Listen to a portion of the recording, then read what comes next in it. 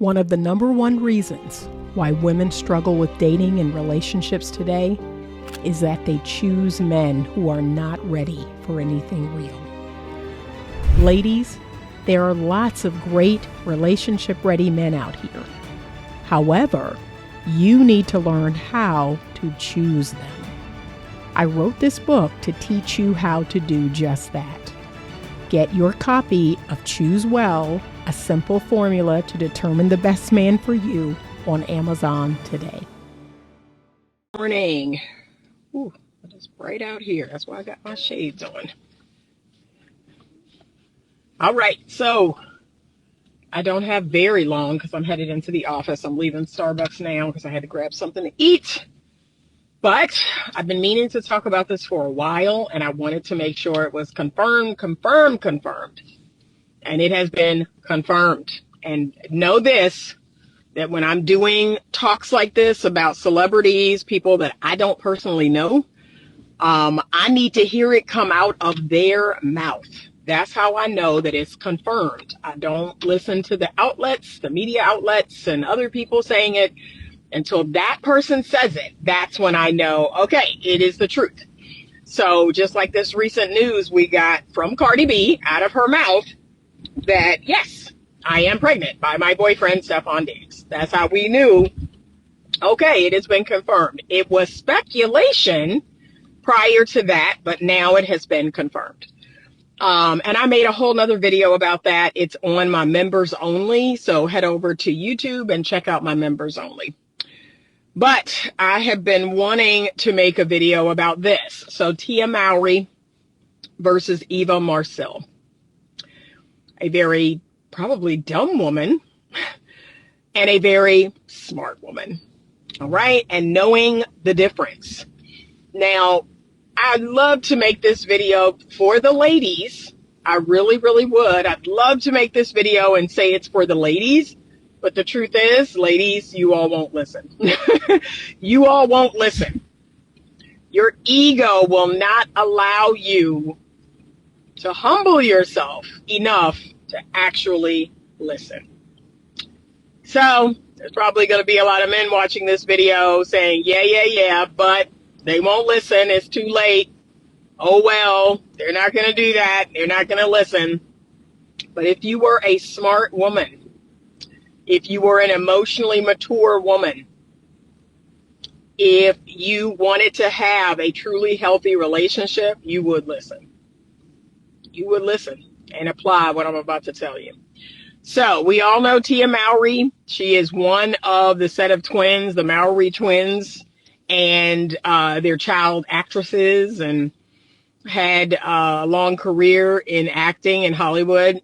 And Tia is the one, so Tamara is the one who, her husband is Caucasian, and she's still married and has children. Tia is the one who married Corey Hardrick, African-American guy, another actor, and ended her marriage. I think it's been about 4 or 5 years now. Has it been about 5 years? But ended her marriage because, you know, in a very nondescript, if I'm being honest, the reason for the ending of the marriage, very nondescript, very, I don't know. I'm not happy. I don't know. I just, I'm beyond it. I've graduated from my marriage, whatever. Okay. A whole lot of stuff that was very nondescript. It did not make sense. And Corey later, much later, came out and basically said he didn't even know why the marriage was over. So that lets me know there was no abuse. There was no neglect. There was no infidelity. Right? That was very telling that there was no abuse. And y'all know me. The only reason to leave your marriage is abuse. I'm going to say it once. I'm going to say it 1,000 times. If you are being abused in your marriage, yes, you need to fix it or leave it. But if you find you cannot fix it, leave it. Okay? And I'm going to keep saying that until. If there is abuse in your marriage, some people's going to tell you, well, even when there's abuse, you can work it out. Okay? I'm not going to tell you that. I'm going to tell you to go about your business. But clearly there was none. And we went through, along with Tia, because she had a reality TV show following her afterward. And we went along with Tia in what could only be described as the roller coaster ride of her emotions. So one day she's up and feeling great about her decision, and the next day she's down, and then one day she's up and the next day it's just been a roller coaster of emotions for years. And here's what's so interesting about this. I would tell her, if she and Corey were my couple in my practice, and this happened, first of all, I'm going to do everything in my power to fix it. Because if there's no abuse, you need to fix it. You have children, and you need to fix it. You made a commitment, and you need to fix it. Okay, so I'm going to try to help them fix it. But even if she leaves it, and she continues to see me, this is what I'm going to tell her. The fact that you have all these roller coasters of emotions says that you are not resolved in your decision. And you know in your heart of hearts, like, you know what? I have regrets about my decision. That's what that's telling you. Because I didn't shed a tear. Like the whole year of my separation, I did not shed a single tear. And people kept trying to get me to do so. They kept trying to get me to feel away. I was like, no, I don't, And then when my divorce was final, I've not shed a tear since. Like, I have not. There has been no ups and downs. The only ups and downs I experienced was in co-parenting. Co-parenting with this person was difficult. Him and his mother made it very difficult. But him? No. I did not shed one single tear. It even shocked people, my friends, and the men I eventually went on to date. They were like, you were married? Like they were surprised to find that out because of how completely detached I was. Like, never talked about it, never, even when asked questions, answered with the bare minimum response because I was completely and utterly detached.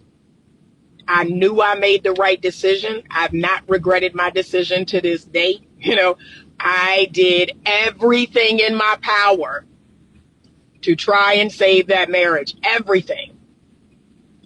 And again, because I did not have the assistance from the other person was not willing to do what was necessary on their end to save the marriage. I can't pick up the marriage on my back like a sofa and just carry it around. That's not possible.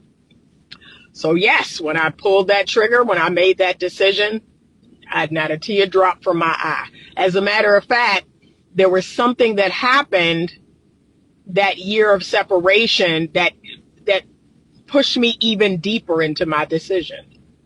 I was like, oh, okay. Like I became even more sure of my decision.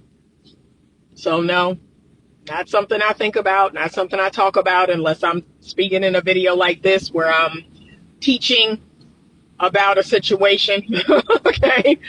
Outside of that, like I said, people are shocked, like, you've been married before? Oh my gosh. Well, what about this? What about that? And I answer those questions, but it's what they say about the opposite of love is not hate, it's indifference. I've been in indifference for 22 years.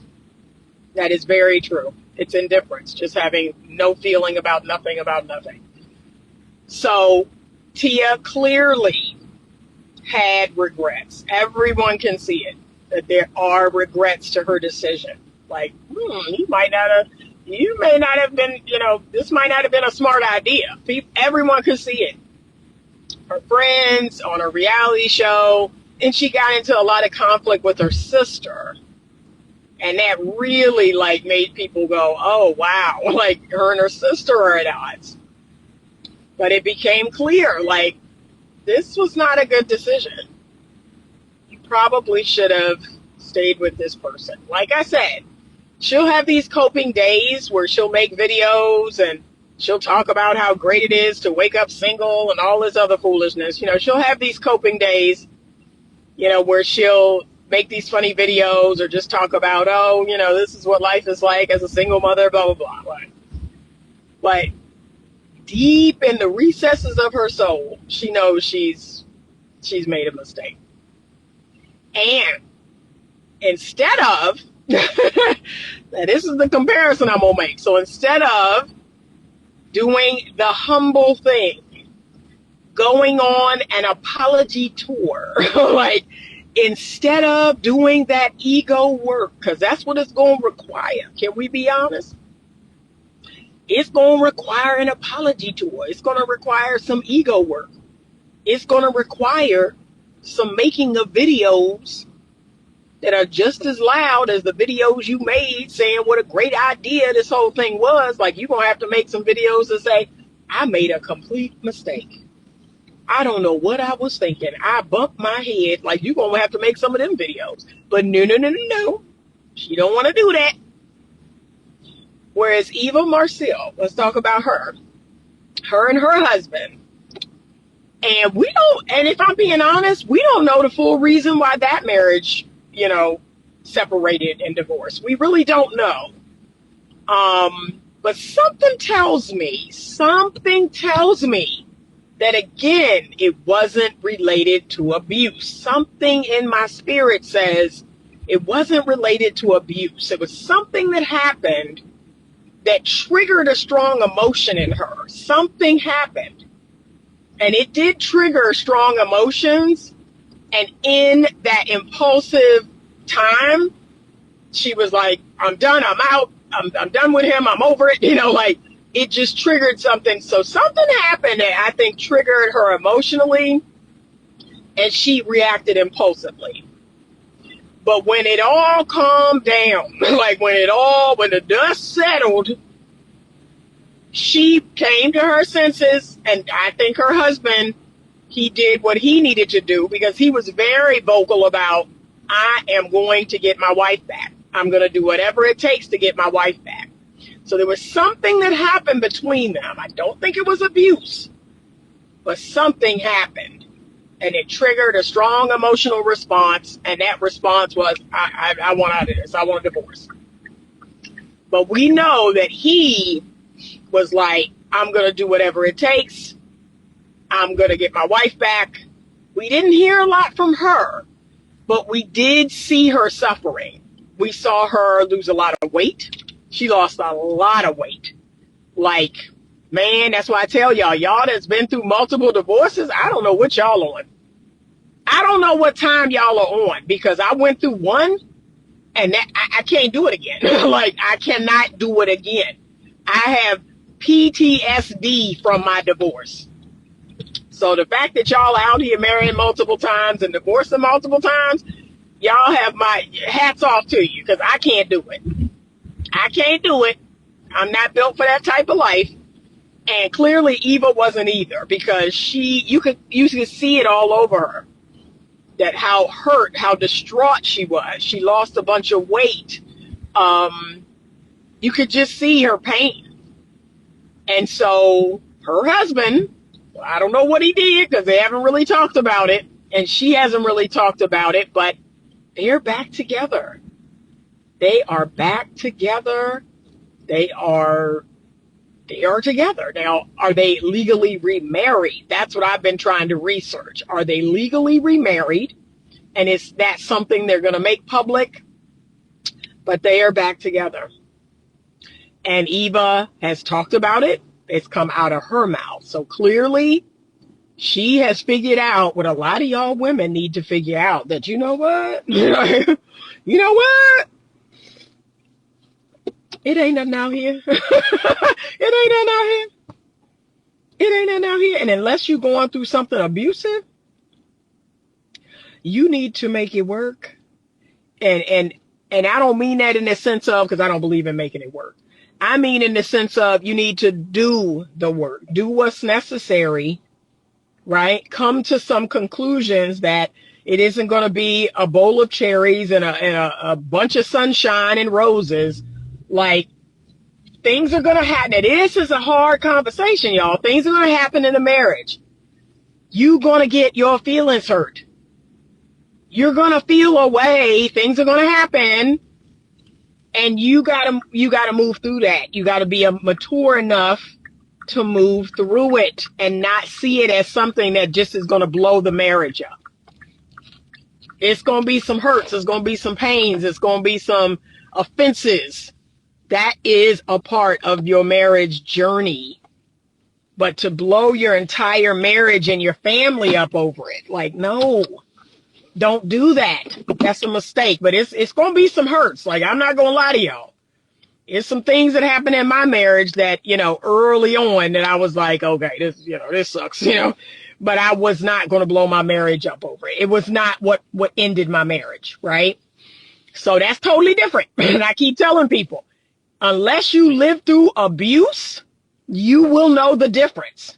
There were things that happened in my marriage that were not abuse. And I was like, this sucks, this doesn't feel good, but it wasn't abuse. It was not the abuse that I endured later. So you'll know the difference, but I'm proud of her. I'm super proud of her. I'm proud that once the dust settled, once things calmed down, once she realized, you know what, there ain't nothing out here. There ain't nothing out here. These men out here, they don't care about me. They don't love me. Like, once she figured that out, and that is the badge that every beautiful woman wears. That 98% of these men out here don't love you like that. They lust you. They like the idea of you. And Eva is a beautiful woman. She is a stunning woman. She is a stunning woman. And I think she was like, you know what? These men out here don't love me like that. They want me. They lust me. They like the idea of me, but they don't love me. And once you figure that out, once you've truly been loved by a man, and then you get out here and you see these men out here now, no, you be like, no, I need to, let me see what he's talking about. Like, that should be your attitude. Let me see what he's talking about. Let me see what we need to do. Let me see how I need. And what was so beautiful about it is that it happened in a window of time where I believe there could be reconciliation. It happened in that window of time where I think there could be healthy reconciliation. Like, you know what? I might have impulsively jumped out here and done this, and that might have been a mistake. I think Tia might have missed that window. She had the same opportunity and she missed that window. And she was initially, just super happy to be out of the marriage and super happy to be, she went through that and it lasted too long. And then by the time the regret set in, Corey was and Corey, like I said, I'm gonna keep it 100. If she would have reconciled within 2 years after the divorce, Corey would have came running back. He would have been happy to have her back because he was heartbroken. Just like Eva, you saw it all over him. He was heartbroken. He was disturbed, like he was in a bad way. If it would have happened in 2 years, he would have went back. But she let that thing go too long. And then by the time her regret set in, he was getting over it. Like, he was like, you know what? Maybe I need to move on. He had gotten a couple new roles and he just was like, yeah, maybe I need to move on. So ladies, this is a hard one because some of y'all are in a similar situation. I've had couples come in my office where there is no real abuse. There's no real major problem in the marriage. And the women are like, yeah, I just don't, it ain't sparks. It ain't butterflies. He's not romantic. He don't talk about his feelings all day. That's not a reason to end your marriage. And I mean, these dudes are working.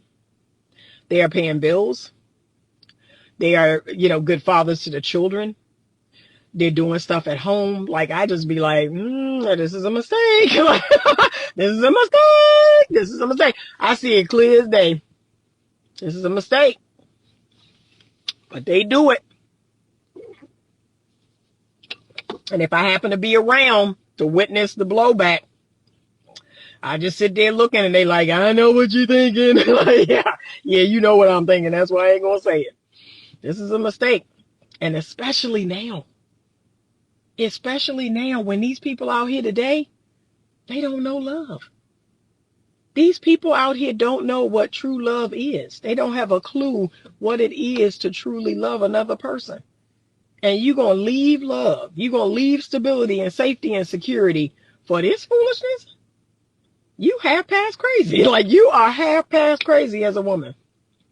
But here's what I will tell you. If you are a woman who is in an abusive marriage,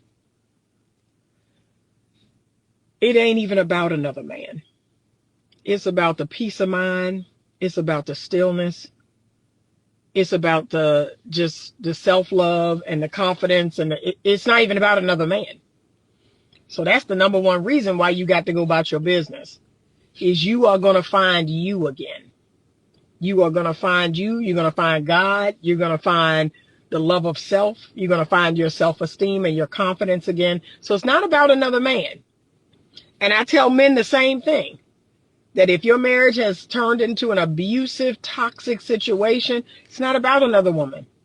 It's about you. It's about finding yourself and finding peace and finding self-love, finding self-respect again. And a lot of y'all need that. A lot of y'all need that. You are in relationships that have turned you into the absolute worst version of yourself. And you take it, and you take it, and you take it, and you take it. And it just chips away. It beats you down. And before you know it, you don't even recognize yourself in the mirror. That's a lot of men out here. A lot of men say, Miss Anita, I don't even know who I am. I don't even recognize myself anymore. I said, yeah, that's what a toxic relationship will do. Tear you down, mess you up. So unless there's abuse and neglect, and if you are in a sexist marriage, if you are with someone who is an addict, porn addiction, if you are with someone who is, financially abusing you, spiritually abusing you, right? And you are being neglected emotionally, financially, right? And that behavior continues, and you try to fix it, you try to work it out, you try to talk about it, you try to go to therapy. If there's no movement, then you act. And I always tell people to stop talking. Stop talking and do it. That's the only way you're going to get that person's respect and their true attention. But all that talking you doing, you're going to keep doing that. Try to fix it. And if you can't fix it, you leave it. You don't go out and cheat. You don't go out and do something dumb. You fix it or you leave it. That's it. So there's lots of lessons in this. I can go on and on, but I got to go on here because I got an appointment at 9. But I can go on and on. There's lots of lessons. Two different women. Tia is in the 80%. Eva is in the 20%. That's what we're looking at right now. 80% of women are going to go the Tia Mowry route. The haughtiness, the pride, the ego, the lack of humility, the lack of empathy and compassion. You're going to go this route. And that's a hard road. Well, trust me, you're going to feel the difference. But 20% of women are going to go the Eva route. They're going to sit down. They're going to reflect. They're going to check that ego. They're going to work on that emotional maturity. They're going to go on that apology tour. They're going to be willing to apologize. They're going to be willing. See, they're going to work it out. They're going to work it out. So which one are you? That's the real question. Have a wonderful day. Thank you so much for joining me. I appreciate you all. We will be having our mock dating event on Monday evening at 7:30. I believe I have all the gentlemen that I need, but if you're a gentleman and you want to participate, wonderful. We're going to be practicing our dating skills and 5-minute dates online. And I'm excited about that. So if you're interested in joining Skool so you can be a part of it, email me at info@betterlovemovement.com. I will send you out that email invite today. Thank you so much. I appreciate you all. And as always, stay open to love.